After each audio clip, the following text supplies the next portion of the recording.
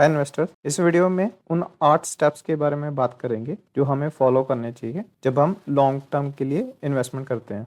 तो जब कोई आपका फ्रेंड सर्कल में आपको कोई स्टॉक रेफर करता है या फिर यूट्यूब पे आप किसी स्टॉक में बारे में पढ़ते हैं कि वो अच्छा है, या आपको न्यूज़ चैनल से या फिर किसी और माध्यम से आपको किसी कंपनी के बारे में पता लगता है जो कि काफ़ी अच्छा परफॉर्म कर सकती है, आपको लगता है, तो इस तरीके से आप स्टॉक आइडेंटिफाई कर सकते हैं। आपको रीज़न कंफर्म होना चाहिए कि आप उस स्टॉक में लॉन्ग टर्म इन्वेस्टमेंट क्यों करना चाह रहे हो। जब तक आपको वो रीज़न क्लैरिटी नहीं होगी कि इस कंपनी में मैं क्यों इन्वेस्टमेंट कर रहा हूँ, तो आपका उस स्टॉक में ट्रस्ट बिल्टअप नहीं हो पाएगा। तो अब आपको स्टॉक का फंडामेंटल एनालिसिस करना है। आपको फंडामेंटल एनालिसिस ये करना है कि कंपनी कैसा परफॉर्म कर रही है, पास्ट परफॉर्मेंस कैसी रही है, आने वाली परफॉर्मेंस कैसी रहेगी, कंपनी की वैल्यूएशन क्या है, कंपनी डेप्थ में तो नहीं है, कर्जे में तो नहीं है, कंपनी की मैनेजमेंट कैसी है, और बहुत सारी चीज़ें जो आपको देखनी पड़ेंगी कंपनी में इन्वेस्टमेंट करने से पहले। जब आप फंडामेंटल एनालिसिस भी कर लेते हो तो आपको ट्रस्ट बिल्ड होना बहुत ज़रूरी है। आपने फंडामेंटल एनालिसिस कर लिया किसी कंपनी का और आपको कंपनी सही लग रही है, फंडामेंटली स्ट्रांग लग रही है, तो आपको उस चीज़ पे ट्रस्ट बिल्ड करना है कि मैंने जो फंडामेंटल एनालिसिस करा है वो एक्यूरेट है और सही है। 5वीं चीज़ है पेशेंस। लेकिन कई बार क्या होता है, आप किसी स्टॉक में इन्वेस्ट करते हैं, जैसे आप स्टॉक में इन्वेस्ट करते हैं वो एकदम से बढ़ना स्टार्ट नहीं हो जाता, वो सेम ही प्राइस पे कंसोलिडेट होना शुरू हो जाता है, यानी कि थोड़ा सा ऊपर जाता है, फिर थोड़ा नीचे आ जाता है, फिर थोड़ा ऊपर जाता है, फिर थोड़ा नीचे आता है, और ऐसे कंटिन्यूसली चलता रहता है। 1 महीने, 2 महीने, 3 महीने ऐसे चलता रहता है। तो जब आप किसी स्टॉक में लॉन्ग टर्म के लिए इन्वेस्टमेंट कर रहे हैं तो आपको पेशेंस रखना बहुत ज़रूरी है। 6 पॉइंट है, अपने फंडामेंटल एनालिसिस कर लिया, उसके बाद कंपनी में इन्वेस्ट भी कर दिया, थोड़े थोड़े पीरियड के बाद 1 महीना, 2 महीना या 3 महीने के इंटरवल पे आपको फ्रिक्वेंटली उस स्टॉक को चेक करता रहना है कि उसके जो फंडामेंटल्स है अभी भी स्ट्रॉन्ग हैं कि उसमें कोई दिक्कत आ गई है। न्यूज़ आर्टिकल या कुछ उसके स्टॉक पे रिगार्डिंग अपडेट आया तो उस चीज़ उसके बारे में आपको पता होना चाहिए। स्पेशली जब स्टॉक का प्राइस अचानक से बढ़ जाए या अचानक से गिर जाए, उस टाइम पे आपको चेक करना है कि स्टॉक में कोई न्यूज़ या कोई अपडेट तो नहीं आया, और आपको स्टॉक में रेगुलर इंटरवल पे इन्वेस्ट करते रहना है जब तक आपका जो आपने टारगेट सेट करा है वो मेट नहीं हो जाता, या फिर जिस कारण से आपने स्टॉक को बाय करा कंपनी उस कारण से डिविएट नहीं हो जाती, उससे भटक नहीं जाती। और सबसे लास्ट पॉइंट है साइकोलॉजी। ये बहुत ही इंपॉर्टेंट पॉइंट है क्योंकि जब तक स्टॉक अच्छा परफॉर्म कर रहा होता है तब तक कोई दिक्कत नहीं होती। जैसे स्टॉक 10 या 15% नीचे गिरने लगता है तो आपके में जो आपका जो दिमाग है आप पे प्रेशर जनरेट करना स्टार्ट कर देता है कि आप इस स्टॉक को सेल कर दें और लॉस बुक कर लें या फिर उस स्टॉक से एग्जिट कर दें। तो वो चीज़ आपको नहीं करनी है। आपने ऑलरेडी फंडामेंटल एनालिसिस करा था स्टॉक में इन्वेस्टमेंट करने से पहले, आपको उस चीज़ पे ट्रस्ट करना है, और जब स्टॉक गिर रहा होता है या करेक्शन शो कर रहा होता है तो उस टाइम पे उसमें बाइंग करनी होती है। ये 8 पॉइंट्स हैं जो मुझे बहुत ही इंपॉर्टेंट लगते हैं।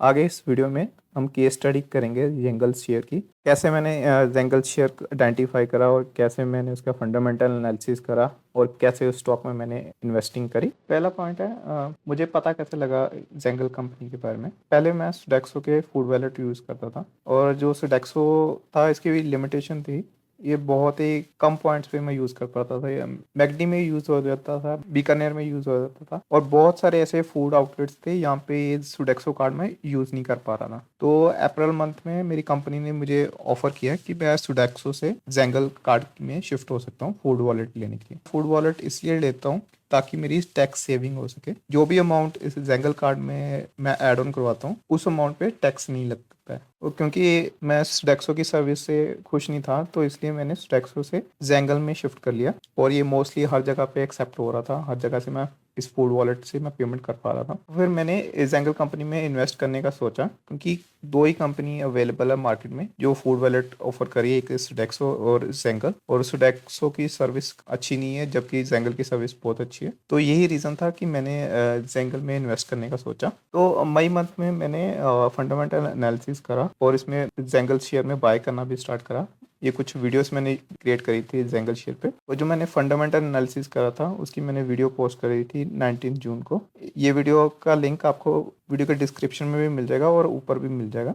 और जब मैंने फंडामेंटल एनालिसिस करा तो मुझे पता लगा 1.46% आईसीआईसी म्यूचुअल फंड ने बाइंग करी है शेयर्स की, और जब मैंने कंपनी का रेवेन्यू और प्रॉफिट देखा तो वो डबल हुआ था क्वार्टर ऑन क्वार्टर बेसिस पे, और जो कंपनी का रेवेन्यू और प्रॉफिट है वो भी ईयर ऑन ईयर इंक्रीज ही हो रहा था, और कंपनी डेप्थ फ्री थी। तो ये कुछ रीज़न थे जिनकी वजह से मुझे कंपनी काफ़ी फंडामेंटली स्ट्रॉन्ग लगी। और जो नेगेटिव पॉइंट थे कंपनी के बारे में वो ये थे कि FIDI की जो होल्डिंग है वो डिक्रीज हुई है। वेंचर ईस्ट प्रोएक्टिव फंड ने 3.6% की होल्डिंग सेल करी है जेंगल शेयर में। और कंपनी का जो PE और PB वो काफ़ी हाई था। लेकिन जो अच्छी कंपनी होती हैं और जिनका प्रोडक्ट यूनिक होता है उनका PE हाई ही होता है। क्योंकि इस कंपनी के फंडामेंटल अच्छे थे तो मैंने मई मंथ में डिसाइड करा इस स्टॉक में लॉन्ग टर्म इन्वेस्टमेंट के लिए, क्योंकि इस कंपनी में मुझे फ्यूचर ग्रोथ अच्छी दिख रही थी। और जब मैंने इन्वेस्टमेंट स्टार्ट करी तब ये स्टॉक 304 रुपीज़ के प्राइस पे ट्रेड कर रहा था और मैंने टारगेट लिया था 400 का, यानी कि मैं देख रहा था 32% के अराउंड मुझे इस स्टॉक में प्रॉफिट होगा आने वाले समय में। और ये जेंगल कंपनी का डेली चार्ट है और ये जो बी आप देख रहे हैं ये वो पॉइंट्स हैं जहाँ पे मैंने इस स्टॉक में बाइंग करी। और ये जो एस के सिंबल देख रहे हैं ये वो पॉइंट्स हैं जहाँ पे मैंने पार्शियल प्रॉफिट बुक करा इस स्टॉक में।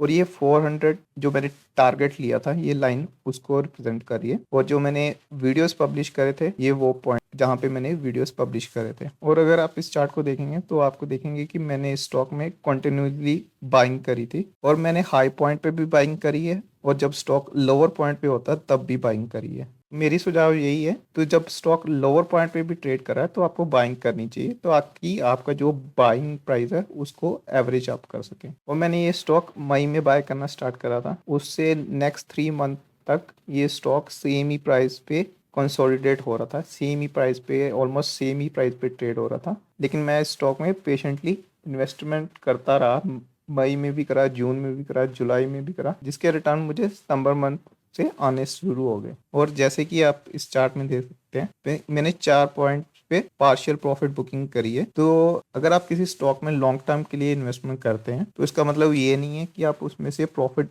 बिल्कुल भी बुक ना करें। आपको रेगुलर इंटरवल्स पे थोड़ा थोड़ा प्रॉफिट बुक करते रहना चाहिए। पहला जो प्रॉफिट बुकिंग मैंने करा था वो 18 जून को करा था इस पॉइंट पे। सेकंड जो पार्शियल प्रॉफिट बुकिंग करी वो मैंने 11 सितंबर को करी जब स्टॉक ने टारगेट मेट कर लिया। मैंने 400 का टारगेट सेट करा था स्टॉक के लिए, तो स्टॉक ने उस टारगेट को मेट कर दिया तो मैंने उस पॉइंट पे मैंने सेलिंग कर दी। थर्ड पार्शियल प्रॉफिट बुकिंग मैंने करी 2 जनवरी को। 2 जनवरी को स्टॉक मार्केट में एक करेक्शन के साइन दिख रहे थे और 7 फरवरी को मेरे पास जेंगल कंपनी के 42,000 के शेयर पड़े थे, लेकिन मैंने सारे के सारे सेल करके जेंगल कंपनी से बिल्कुल एग्जिट कर दिया। मैंने जेंगल शेयर से एग्जिट इसलिए करा क्योंकि 3 फरवरी को जो फाइनेंस मिनिस्टर है उन्होंने 12 लाख तक की सैलरी को टैक्स फ्री कर दिया था न्यू टैक्स रिजीम के अंडर। और मोस्टली लोग फूड कूपन्स लेते हैं क्योंकि फूड कूपन्स पे टैक्स नहीं लगता। तो अगर 12 लाख तक की सैलरी पे टैक्स लगेगा ही नहीं, वो एम्प्लॉयज जिनकी सैलरी 12 लाख तक है वो फूड कूपन लेना ही बंद कर देंगे और old tax regime to new tax regime में शिफ्ट हो जाएंगे। और क्योंकि जेंगल कंपनी का बिजनेस डायरेक्टली इन फूड कूपन से लिंक है तो मेरा ऐसा मानना है कि इनके जो रेवेन्यू है उस पर अच्छा खासा इम्पैक्ट पड़ेगा, जिसकी वजह से प्रॉफिट मार्जिन में भी इम्पैक्ट दिखेगा। जेंगल शेयर से मैंने तो एग्जिट करा ही, और जो लोग मुझे टेलीग्राम चैनल पे भी फॉलो करते हैं उनको भी सजेस्ट करा जेंगल शेयर से एग्जिट करने के लिए। आप चार्ट पे भी देख सकते हैं जेंगल शेयर में अब अच्छी खासी करेक्शन आ चुकी है। जेंगल शेयर में मैं लॉन्ग टर्म के लिए इन्वेस्टेड रहना चाहता था, जिस वजह से मैंने जेंगल शेयर में इन्वेस्टमेंट स्टार्ट करी थी वो वजह ही खत्म हो गई, तो इसलिए मैंने जेंगल शेयर से एग्जिट कर दिया। जेंगल शेयर से मेरी एक्सपेक्टेशन थी कि वो 32% तक के रिटर्न देगा, लेकिन मुझे जेंगल शेयर से 42% के अराउंड रिटर्न मिले और वो भी सिर्फ 9 मंथ के पीरियड में, जो कि काफ़ी अच्छा प्रॉफिट है। इस वीडियो में हमने देखा कैसे स्टॉक को आइडेंटिफाई करना है, उस स्टॉक में इन्वेस्ट कैसे करना है, पार्शियल प्रॉफिट कैसे बुक करना है और कब किसी स्टॉक से एग्जिट करना है जिसमें आप लॉन्ग टर्म के लिए इन्वेस्टेड है। अगर आपका कोई क्वेश्चन हो लॉन्ग टर्म इन्वेस्टमेंट के रिगार्डिंग तो आप इस वीडियो के कमेंट सेक्शन में पूछ सकते हैं, या फिर आप मेरे टेलीग्राम चैनल को सब्सक्राइब कर सकते हैं और वहाँ पे भी आप मुझसे डायरेक्टली क्वेश्चन पूछ सकते हैं।